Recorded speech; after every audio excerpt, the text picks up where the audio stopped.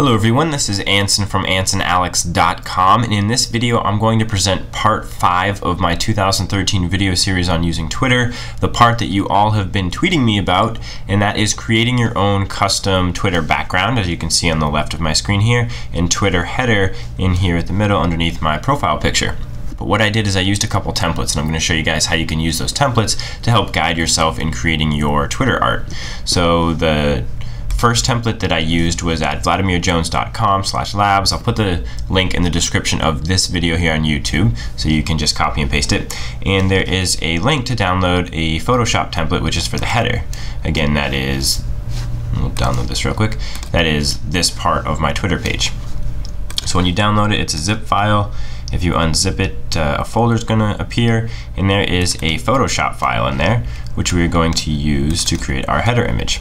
So here is the Photoshop file. I don't use Photoshop, I use a free program called GIMP. It's very similar, it does almost everything that Photoshop does, but it's free. So, you know, I'm not here really to teach you how to use Photoshop or GIMP or whatever program you use to do graphic design, or at least scale images and crop images, because I'm just not something I'm really good at either.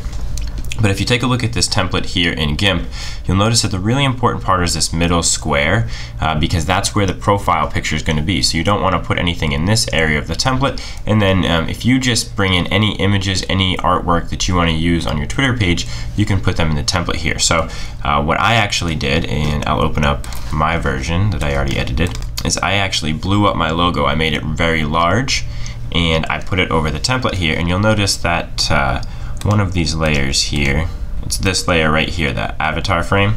If you show and hide that layer, that is where the frame is going to be. So you want to make sure that this part of your image isn't something very important. So what I did is, since I blew up my logo, I'm just using kind of a basic background. I think that if you're not very good at graphic design and stuff, one of the best things you can do is keep it simple. If you're trying to overdo things, it's probably not going to look that good. And I actually tried a few other things before this, and I think I like how this one looks.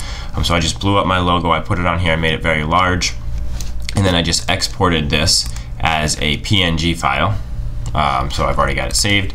And to upload it to Twitter, what you need to do is go onto your Twitter account, and click on the gear icon at the top right, go to your Twitter settings, and for the header image, you're actually going to go to the profile section, and you're going to upload your image right here where it says header. You're going to go to change header, and you're going to upload a photo.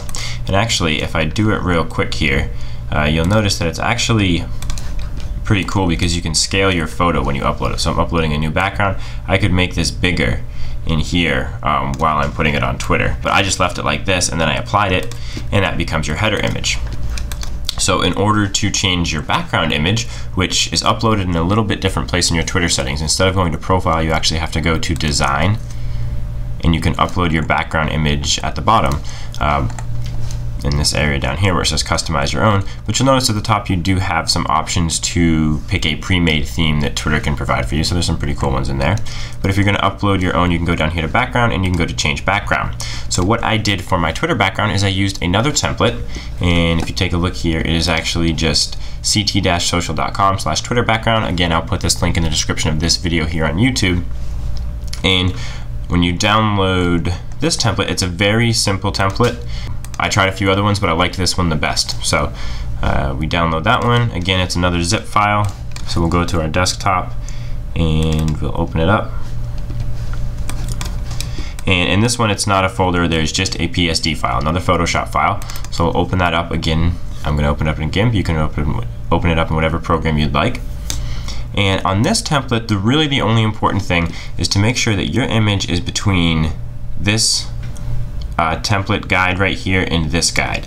And this blue area right here is kind of the safe area, because you'll notice on Twitter, if I go to my Twitter page, when you shrink your screen, at some point the information over here on the left gets covered up. So it depends on the size screen that the person's using. You can look at a Twitter page like this, and all you see is the header image. So you don't want to have a whole bunch of information over here that nobody can read. So what you need to do is you need to make sure that on your header you're using, or on your background, you're using the proper spacing so that you get just the information that you need out there. So back in GIMP, what I did for this is I actually had a pre-created image that I have. It's just this PNG file of my logo, which is going to open up here in GIMP. It's of my logo and then of just some of the topics that I publish about. And so all I did is I actually just took this section that I pre-created this, but you could use whatever you want over here. You don't even have to use words. It could just be logos, it could be a cool image, it could be your name, whatever you want. But I just cut this out of here, and I went back over to my template, and I pasted it in.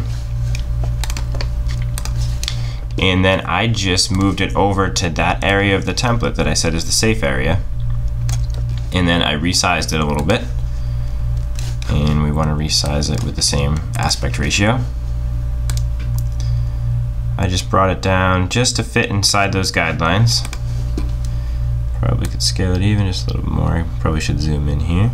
And then before actually exporting this file and uploading it to Twitter, what I need to do is I need to get rid of my template in the background so that that doesn't show up on my Twitter page. So if I just go over here and I hide those layers, I could leave this like this as a PNG file, but just to be safe, to make sure that there isn't a different color background overlaid on top of it, I'm just going to add a full white background.